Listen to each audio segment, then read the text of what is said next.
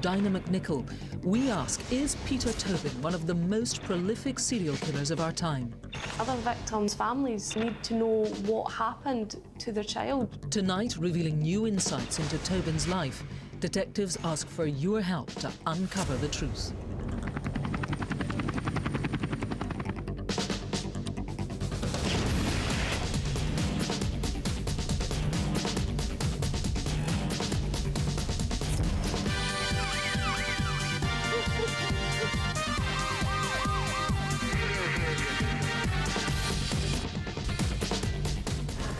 Hello and welcome to Crimewatch for our last show of the year. In the past 12 months, over 130 wanted men and women, including paedophiles, murderers and drug dealers, have been arrested as a result of your calls. We'll have more details on some of those fantastic results later. But tonight we are joined by senior detectives from afar afield as Glasgow, Cardiff and Dorset, all hoping that in the next 60 minutes you'll help them solve a major crime. Like this case, the horrific murder of Tracy Martins, the mother of two who was burnt alive on the steps of a church at Christmas. Oh my God!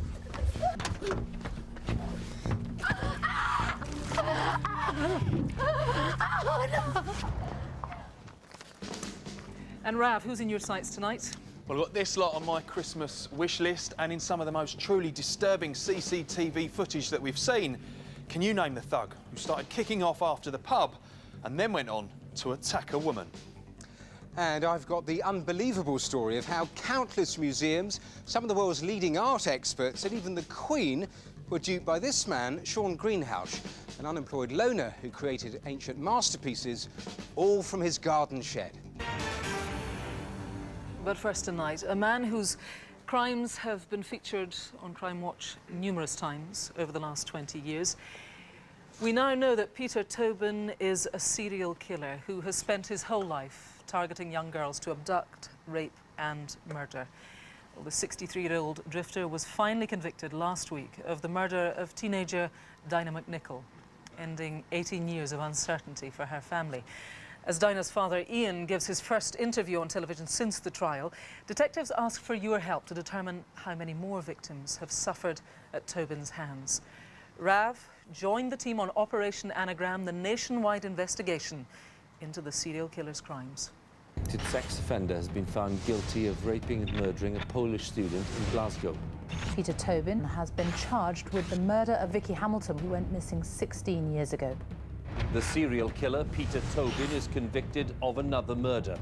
18-year-old Dinah McNichol went missing in Essex in 1991. After all these years, we at last know the truth and justice has prevailed. He will never get out of prison. He will stay there until he dies. We now know at least 3 young women died in the most horrific circumstances at the hands of Peter Tobin.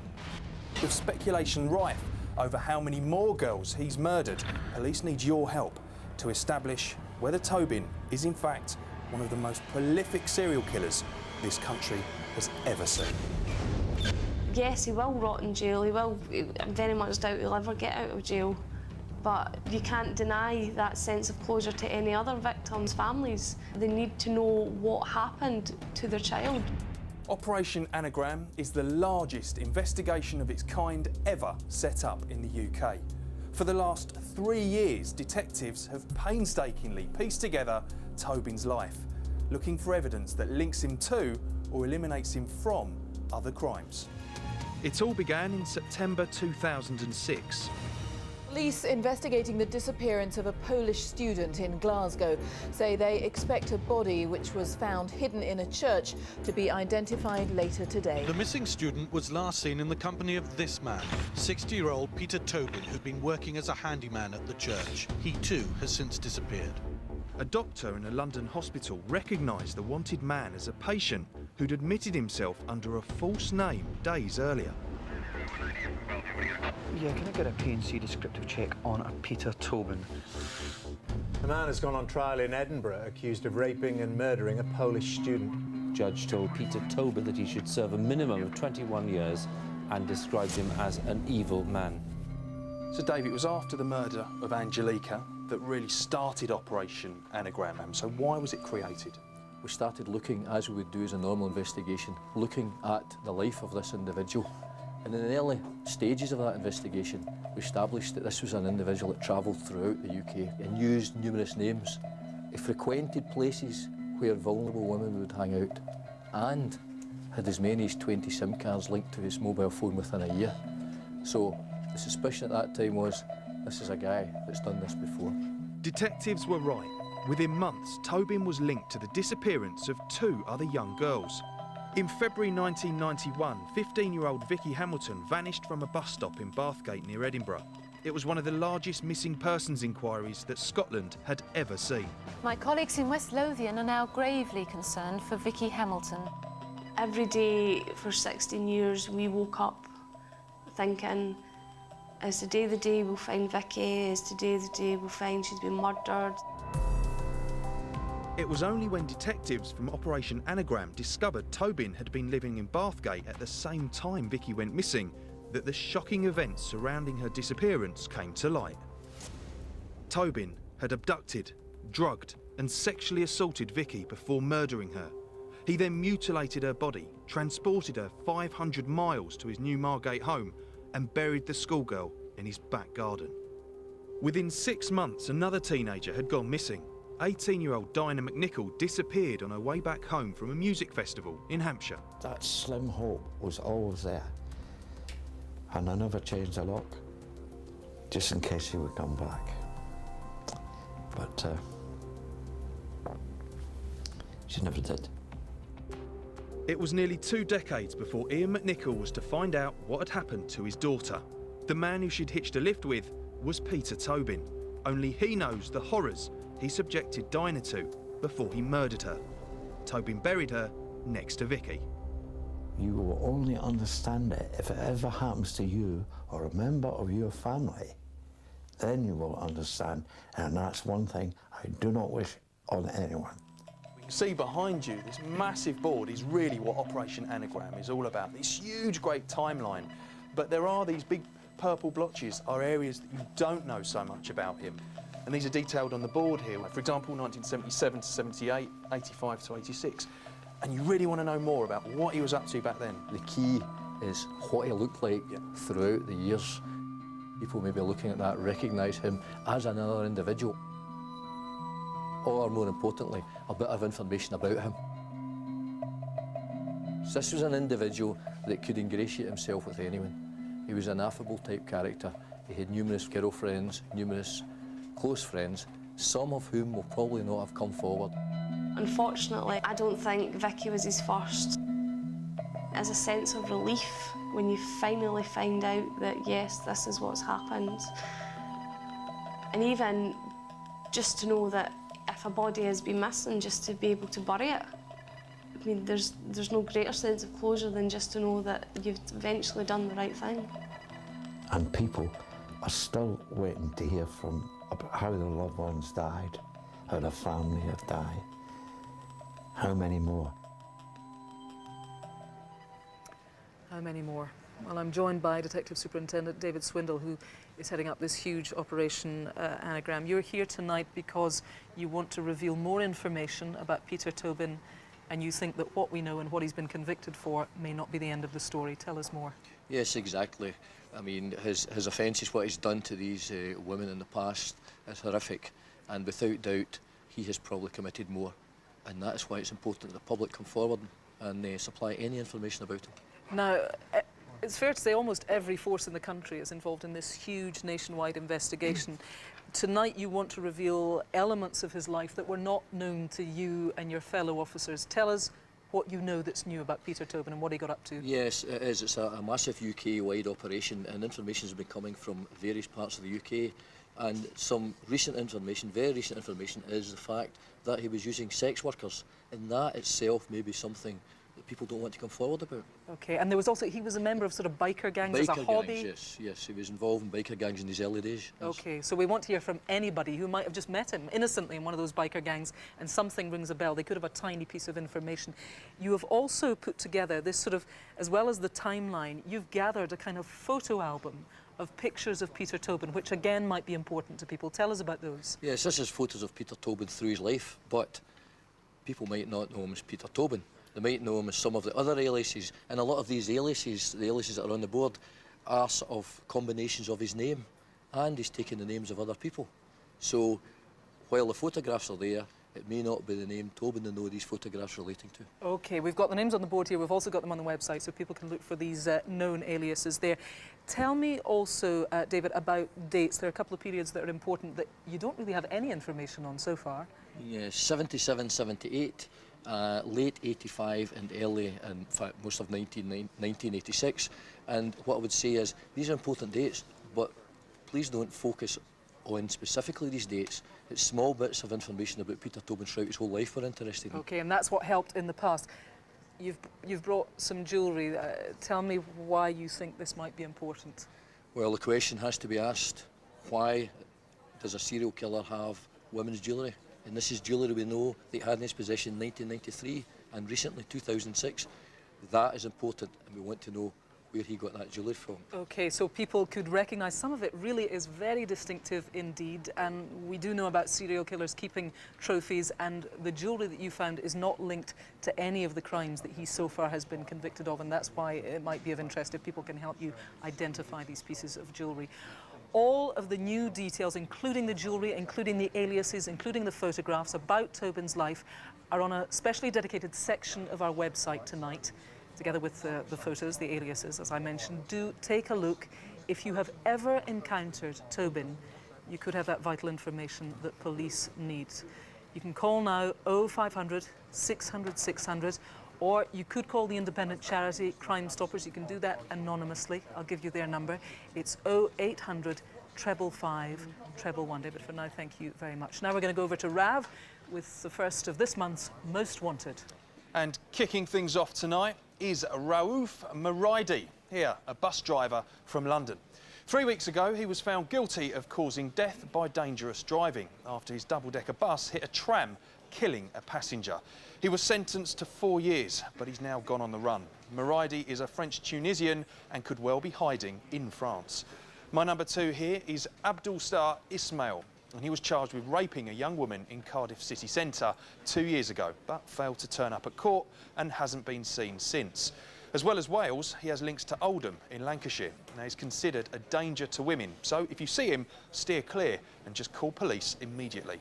Next is this chap here, Ambrose O'Neill. Now, he was charged with an attempted robbery in 2007, but also did a bunk. He was found guilty in his absence and sentenced to 8 years. O'Neill grew up in Nottingham and also has family in Scotland. You might spot him at a church of all places, as he's been known to attend spiritualist meetings.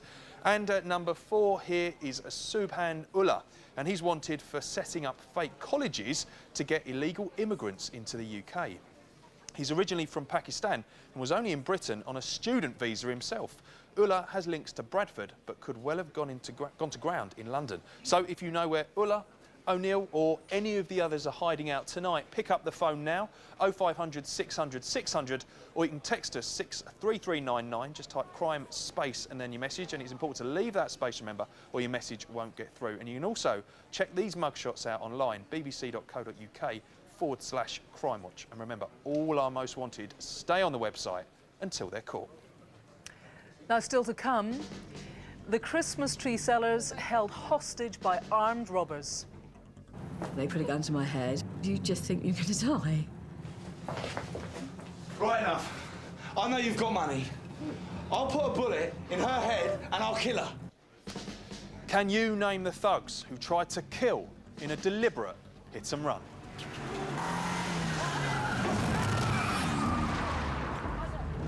And how, after decades, one of the most successful art forgers in British history was finally caught because of old-fashioned detective work and a wily professor. When we looked, we discovered they'd been very clever and very crafty, and they nearly fooled us, but they didn't quite. So all of that is still to come. Now, Christmas time can often be difficult for those of us who have lost a loved one. For the family in our next film, it is frankly agonising, because 15 years ago this month, their mum and sister Tracy was burnt alive and then left to die on the steps of a church just before Christmas Eve. It'd be fair to say that you may find some of the images in our film very disturbing.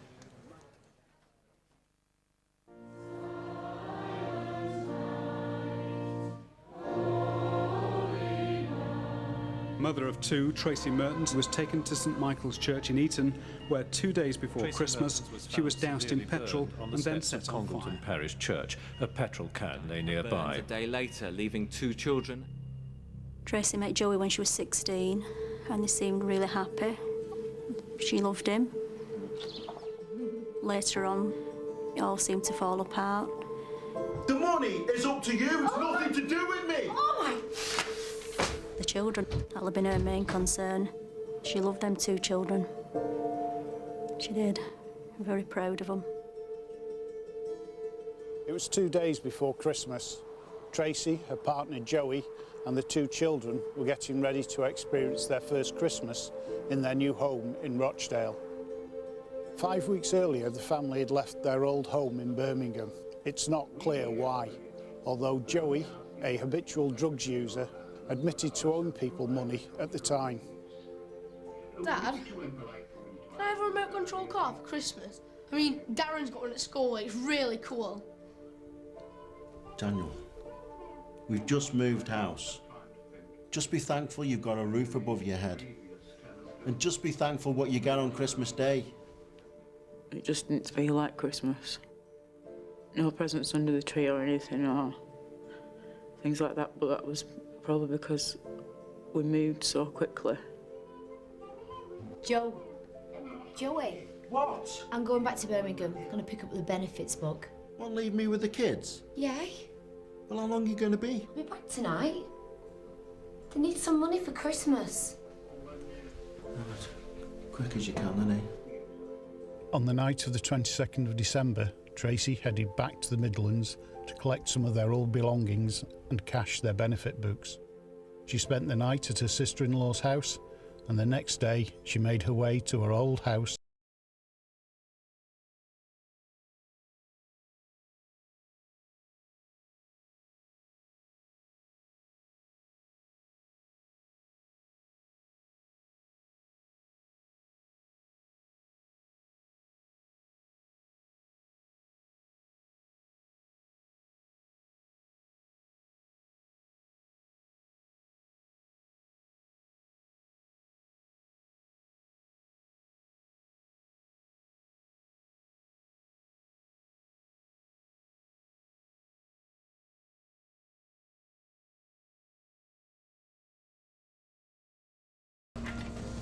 Where's Joey? Where is he? Where is he? I don't know what you want! Keep me there! What are you doing? I don't know what you want! Keep Where's quiet. your children? Where is he? Tell me! Right, come with me, come on! Oh my God!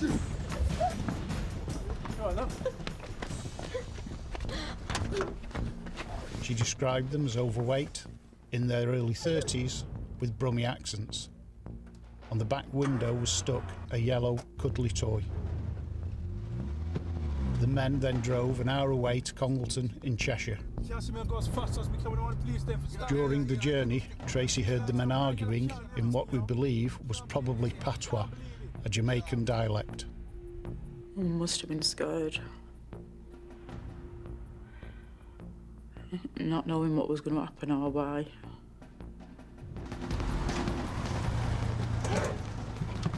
Right, come on, move! Keep moving! Come on! Shoot off! What happened next was truly shocking. Oh my God, where are you taking me, please? Hold up! No! Oh, no! No, please! No! Please!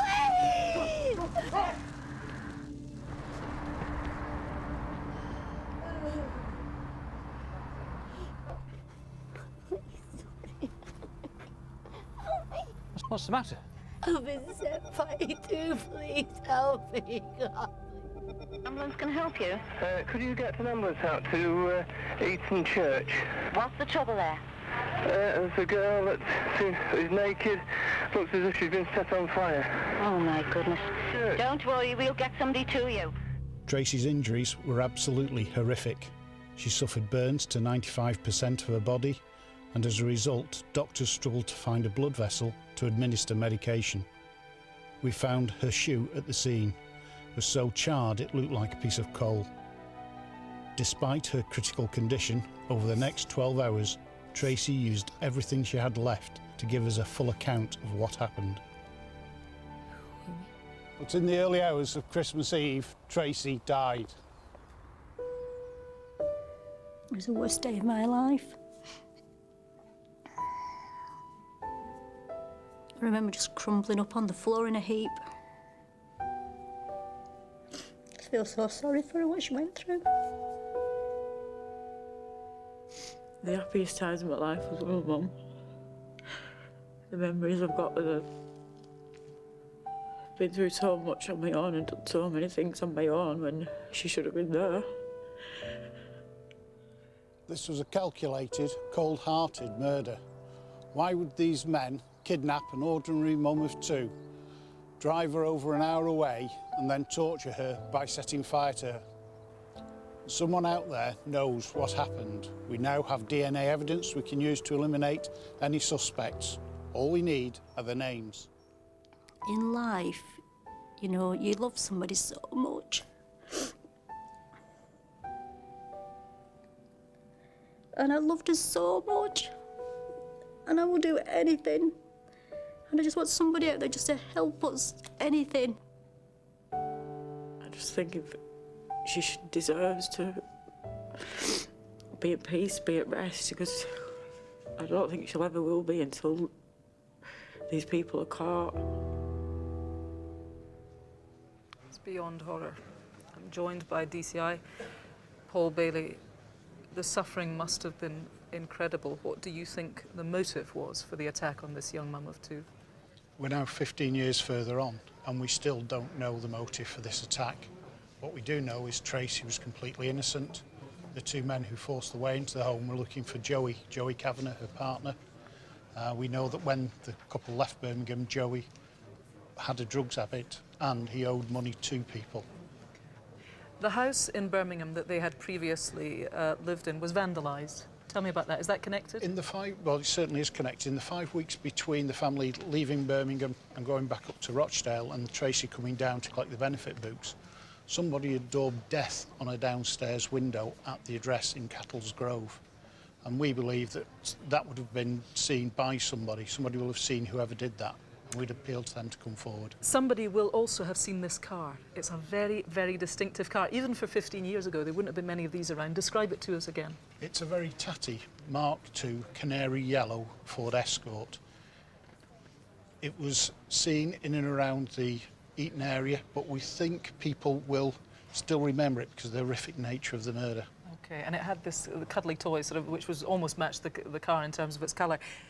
Who are you appealing to tonight? Because as we said in the film, somebody out there knows, and you've got the DNA, so they should give the names. They should give the names. We'll be able to eliminate individuals. One specific appeal we'd like to make is shortly after Tracy's death, another couple who owed money for drugs received a very specific threat that if they didn't pay up, they would get what Tracy Merton's got, and would appeal to anybody else who had such specific threats made to them to come forward. For Tracy's family, we've got to get to the bottom of this. Please, thank you, Paul. If you know anything that could bring Tracy's killer to justice, I would beg you to do the right thing. That is to pick up the phone now. I should tell you, there's a huge reward on offer, £30,000, if you have got the information that will lead to an arrest and a conviction. I'm going to give you the number now. Write it down. 0500 600 600. If you've been a victim of crime, there is, of course, the victim support line. They are on 0845 30 30 900.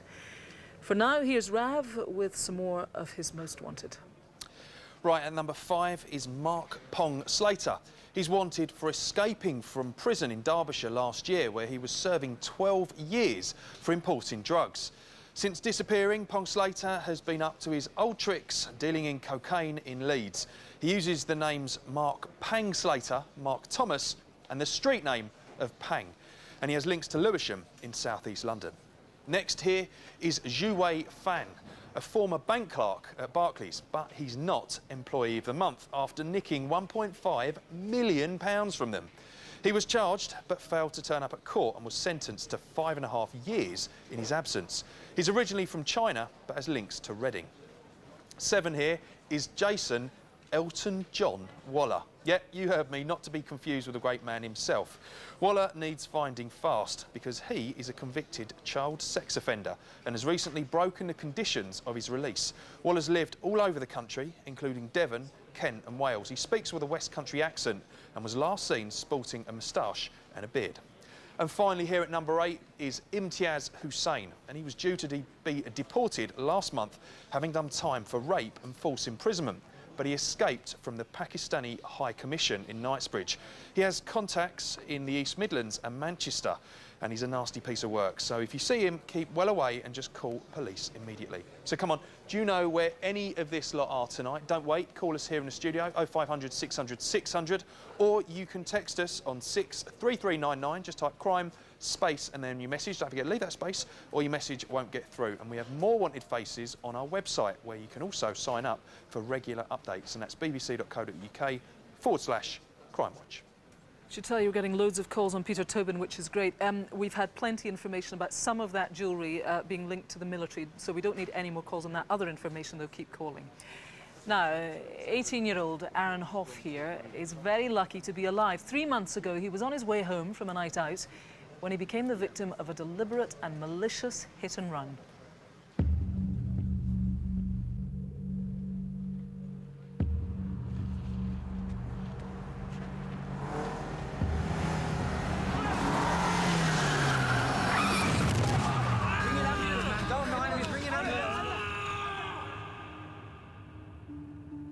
I've lived in Gallycommon all my life.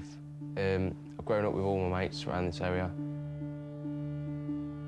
We go out all the time, go out down the park, play football, have a good laugh really.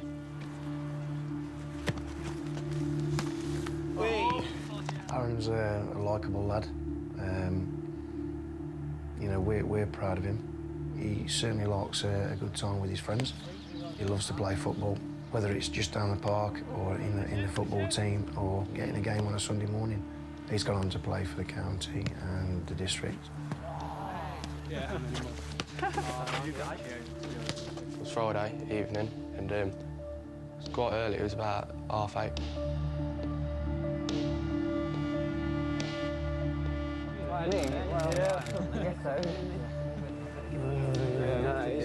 We went up the plough, had a few beers, had a few games pool. Just a normal evening. Right, let's go. I'm not even getting much better.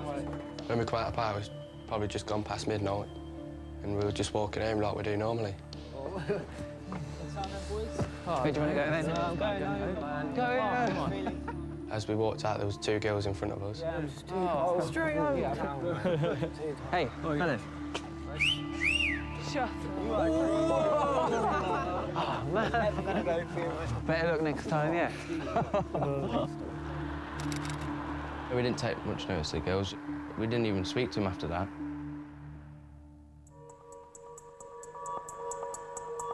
Get in!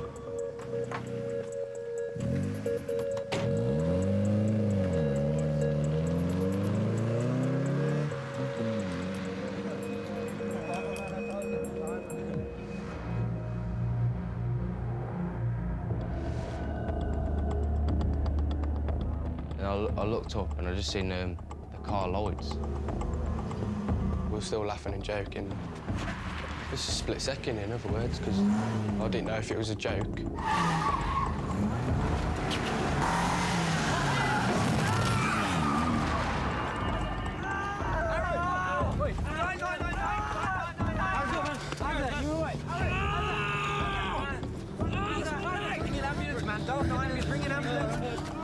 I remember lying on the ground and I couldn't breathe at first. I was like really scared and I thought I was paralysed or something.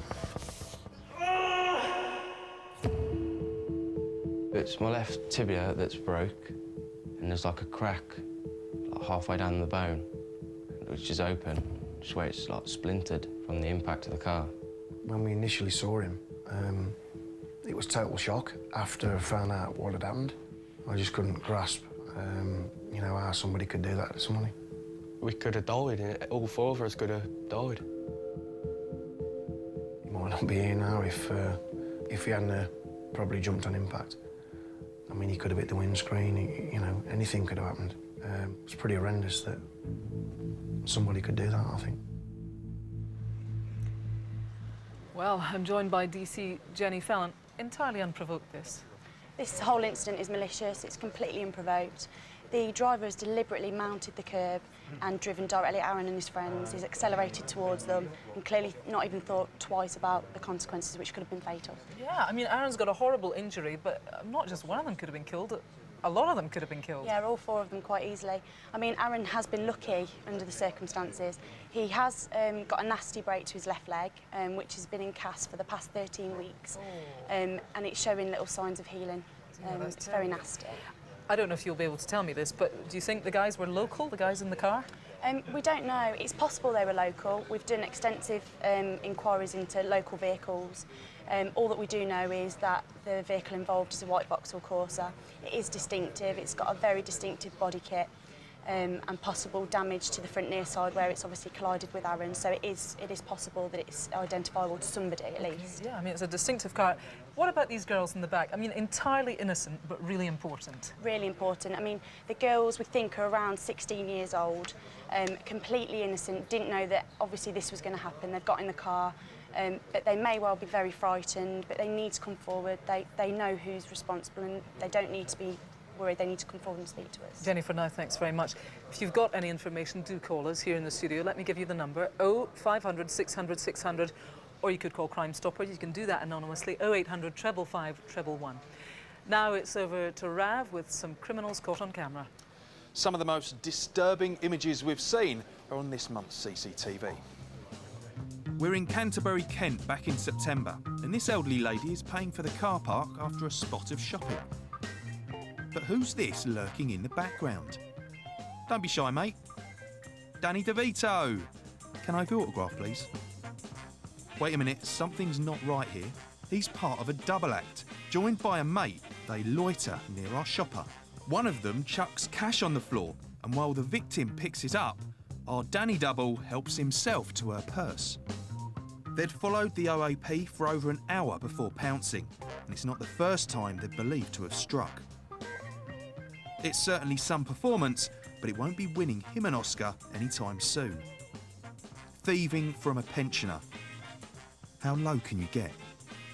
Time this duo got recognised for their work. Who are they? And who's this woman? Is she also in on the act, or just an innocent passerby? More shopping, this time in St Albans in Hertfordshire, back in October.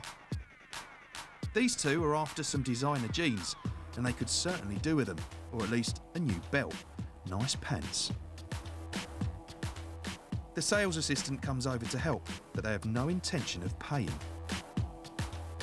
After pretending to have a look around, they snatch as many pairs of jeans as they can carry and head for the exit. As the staff try to stop them, they pull out a knife and do a runner with 12 grand's worth of designer gear. Luckily for us, they might have an eye for expensive clothes, but they couldn't spot this camera. Give us a smile. They carry a weapon. Who knows what could happen next time? Don't give them the chance and shop them this Christmas. Saturday night in Burton-upon-Trent last July. A brawl has begun outside this pool club. It's hard to see who's not throwing punches, but it's this bloke that police need you to name. He rains down punches on one lad and stamps on another's head, but that's nothing compared to his final act. Grabbing hold of this girl, he smacks her with all his might. It's a shocking attack. The girl falls like a rag doll to the floor. She didn't stand a chance. It's a violent and unprovoked attack on a defenceless young girl. Don't let him lash out again. Thankfully, she's recovered. but we've got to catch that man tonight. So pick up the phone now, 0500 600 600, or you can text us on 63399. Just type crime space and then your message. And if you need a second look, go online, bbc.co.uk/Crimewatch. Now, every Christmas for the last 20 years, Leslie and Graham Eaton have sold Christmas trees in Dorset. It can be hard work in bitterly cold weather, but it's the couple's favourite time of year and their business is thriving. The events of last Christmas, though, turned everything upside down. You see, the Eatons were targeted by a gang of armed robbers, and if it hadn't been for Leslie's courage and quick thinking, they might not have lived to tell the tale.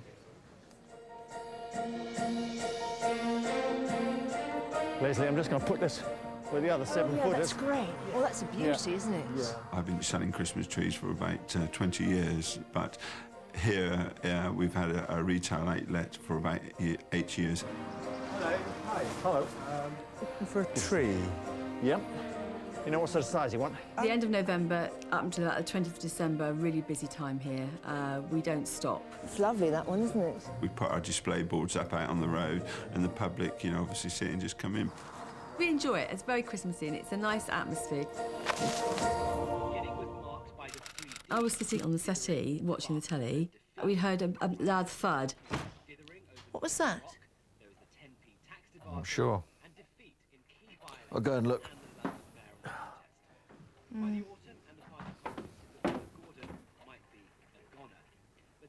Nothing there that I could see.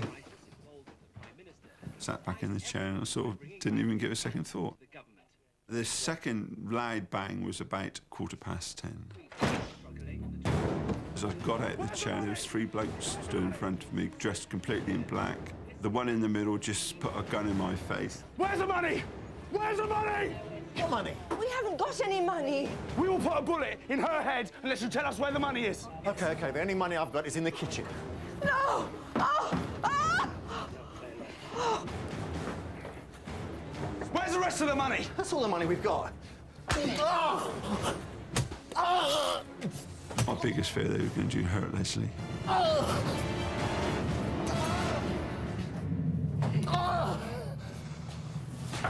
Oh! Look at your head, Graham! Oh, my God! What we're going to do next will be much worse. They put a gun to my head. You just think you're going to die. Right enough. I know you've got money.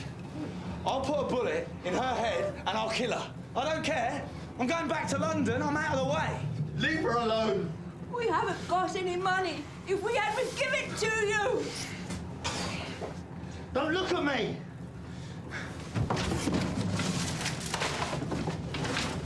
When he cut the flex off the hairdryer, I just thought, they're going to electrocute me. I can't breathe.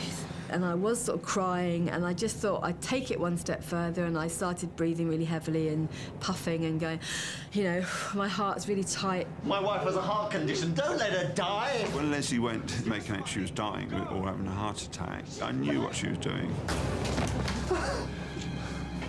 They obviously really believed me. They believed that I was going to have, you know, I did have a heart condition.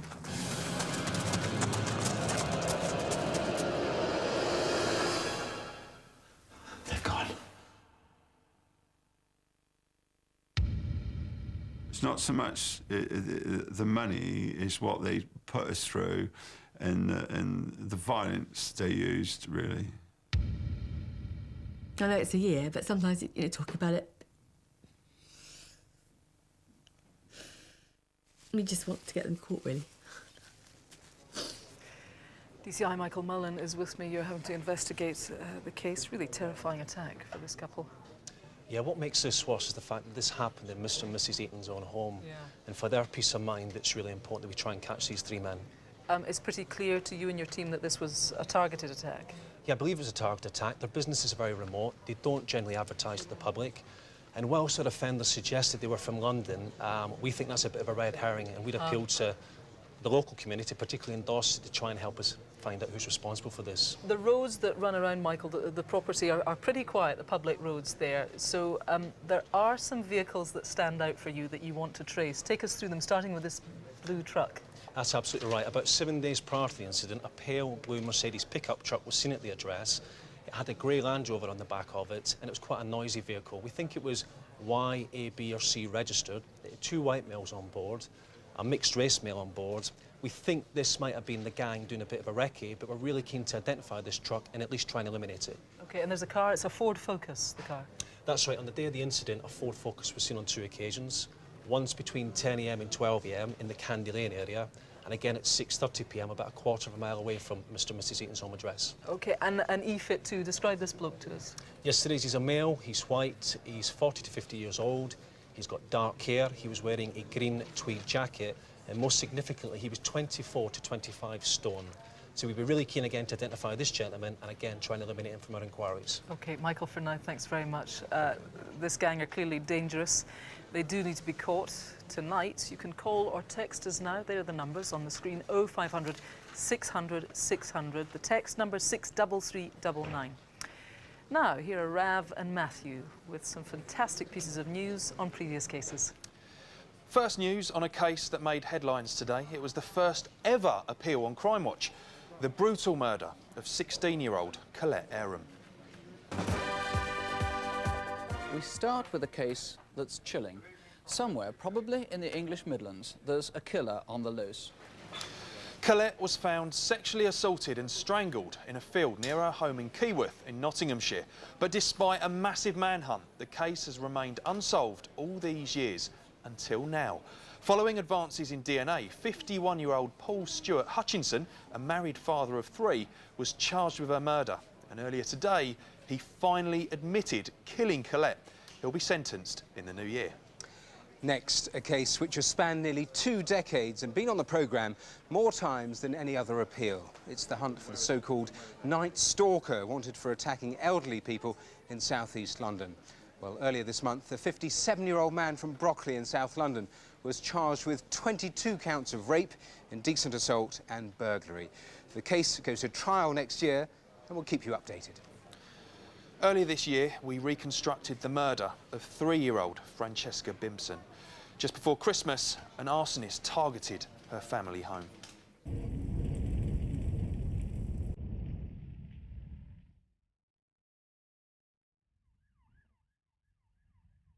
And I remember looking back and I just seen the bedroom, just pure orange, and I was going, Francesca, screaming, screaming, screaming, let's get her out.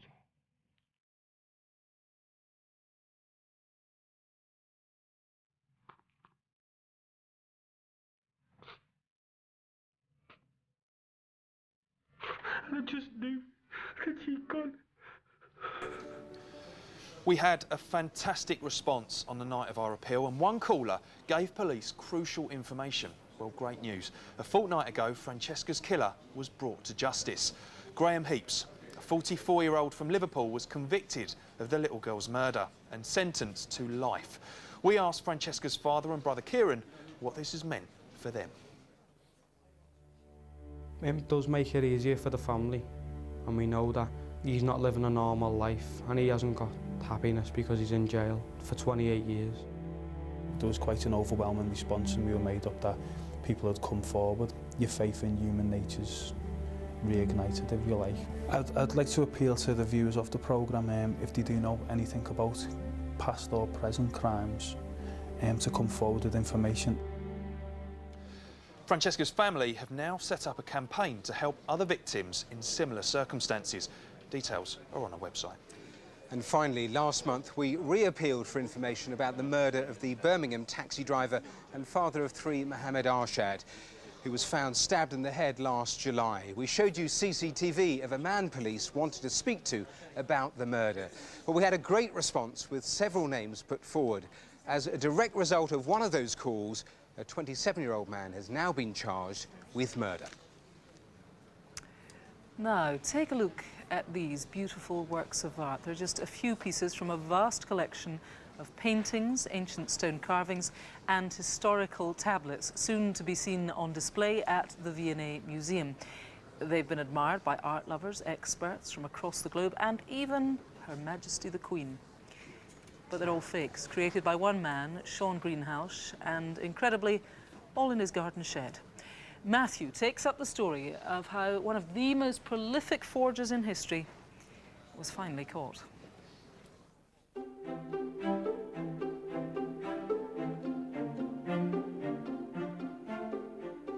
Over a period of nearly 20 years, Sean Greenhalgh managed to pull off one of the most elaborate art scams in recent history.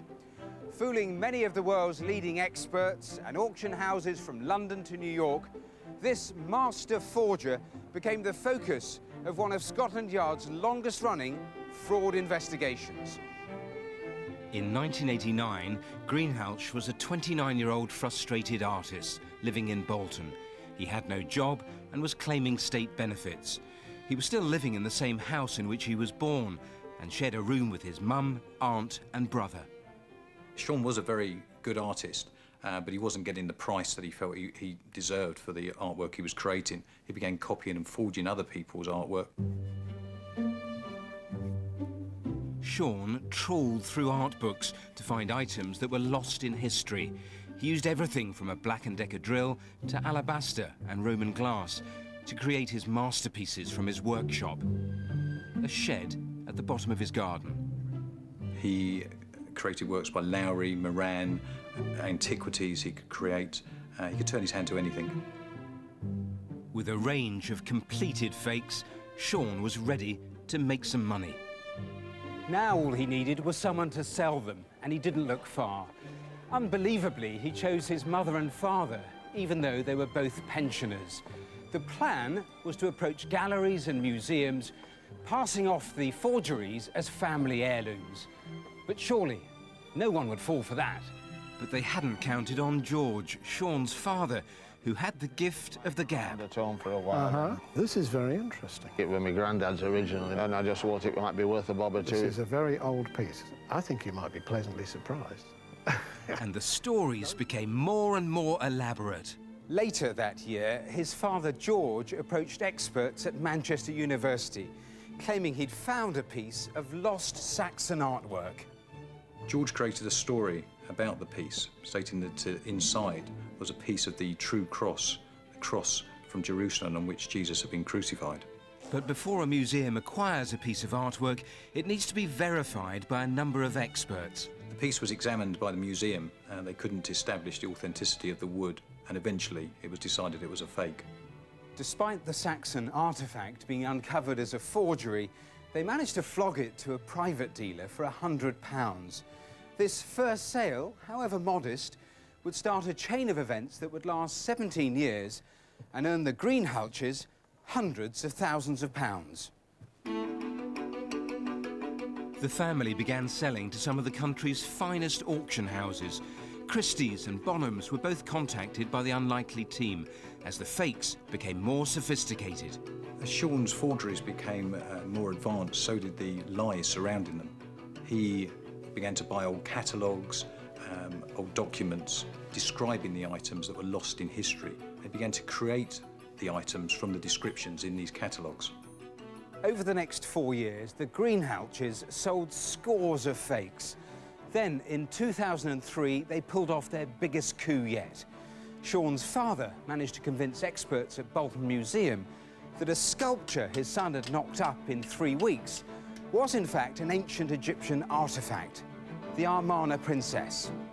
He claimed that he'd inherited it from his great-grandfather, who'd been a mill owner in Somerset, and that he in turn had bought it at a sale in the late 1890s.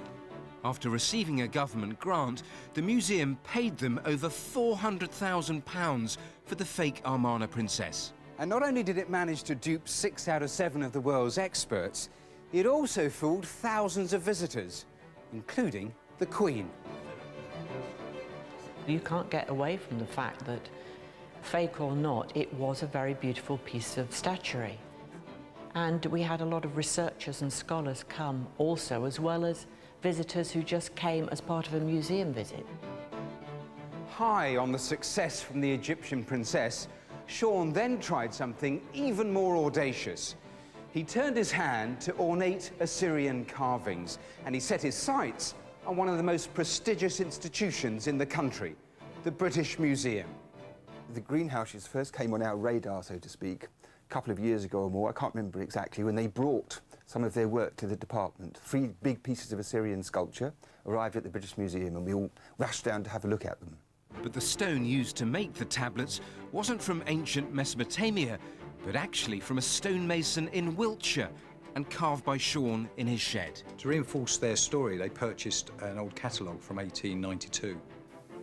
In the catalogue, there were descriptions of 3 stone reliefs, and they recreated those reliefs based upon what was in the catalogue. This time, the forgers were set to make $500,000. They must have thought they'd got away with it again, but they hadn't banked on expert Irving Finkel.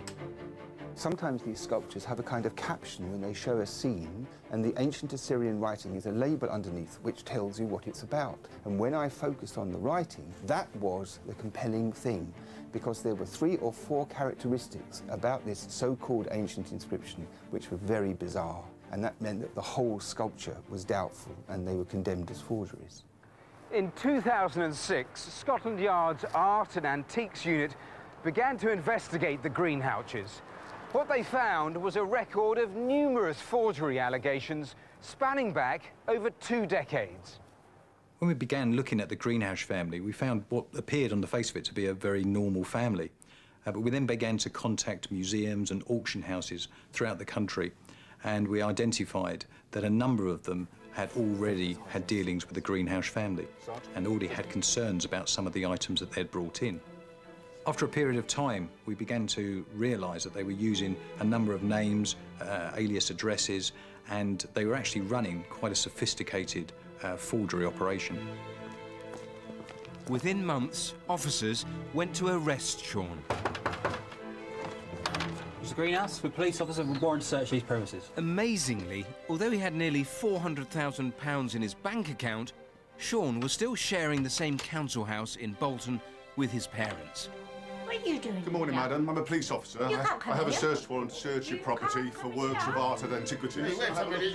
Who's this? Who's this? You can't just come in here like that. Get out of that wardrobe. There's nothing there for you. Who is this? Every room appeared to have items of artwork or documentation which related to the artwork that they'd sold. It was an Aladdin's cave of evidence. Sean, I want to ask you some questions about some fake works of art. In particular, the Amarna Princess. Throughout questioning, Sean and his parents maintained they'd inherited the artwork from various family members, and they were unaware they were fakes. As many of these people had died, it made it difficult to prove the case against them. If I can move on now to the Silverton Park catalogue. The crucial turning point for the investigation for us was the finding of a receipt which indicated that the 1892 Silverton Park catalogue, which they'd said had been handed down to them by their great-grandfather, had in fact been purchased from a lady in Bristol in 1999. On the 16th of November 2007, the 18-month investigation finally came to a close. Sean was sentenced to 4.5 years in prison. His mother and father were given a 12-month suspended sentence.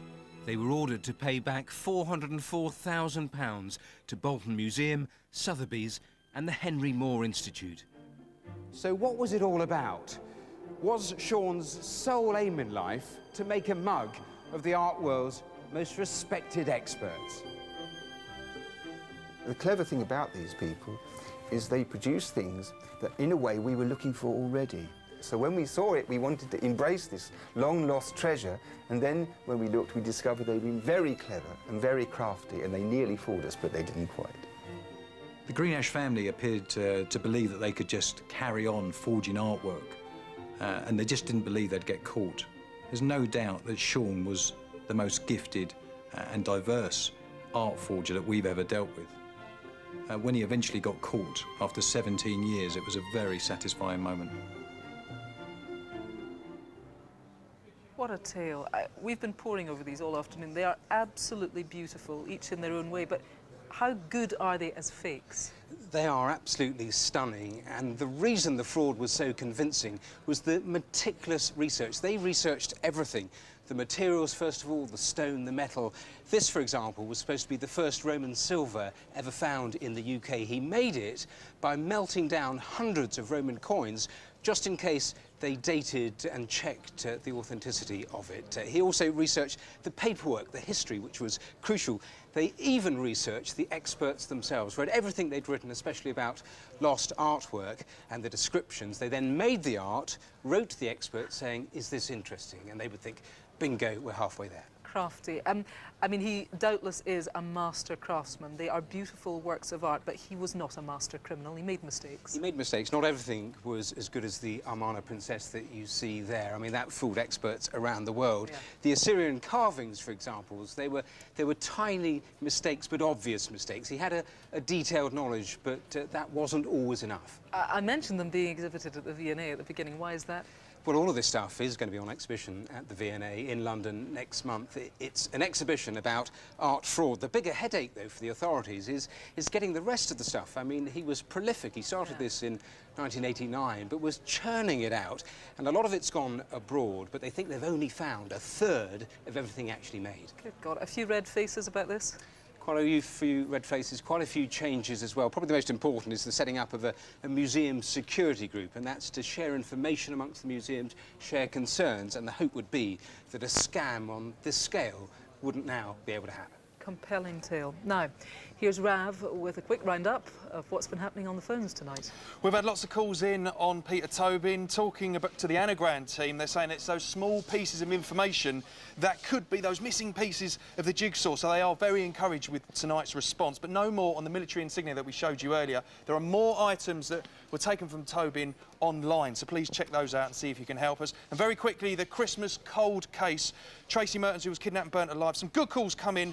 Some info on the car, but we need more calls and names. Please. Right, that's all for this year. Details on all of tonight's cases are online, of course. It's bbc.co.uk/Crimewatch. You can log on right now for a live update on what's happening right here on the phones. I get the feeling it's been a particularly busy night. The lines are open until midnight tonight and from 7:30 tomorrow morning. Our next programme, that's going to be on Wednesday, the 27th of January, but don't go away because we're going to be back at 11:30 with a full update on all of tonight's cases. Please do hang on for that, and I have a feeling we're going to get some good results tonight. If you can help, but you haven't called yet, please do it now. It could all be down to you. I'll see you at 11:30. For now, from me and all the Crimewatch team, happy Christmas. Bye-bye.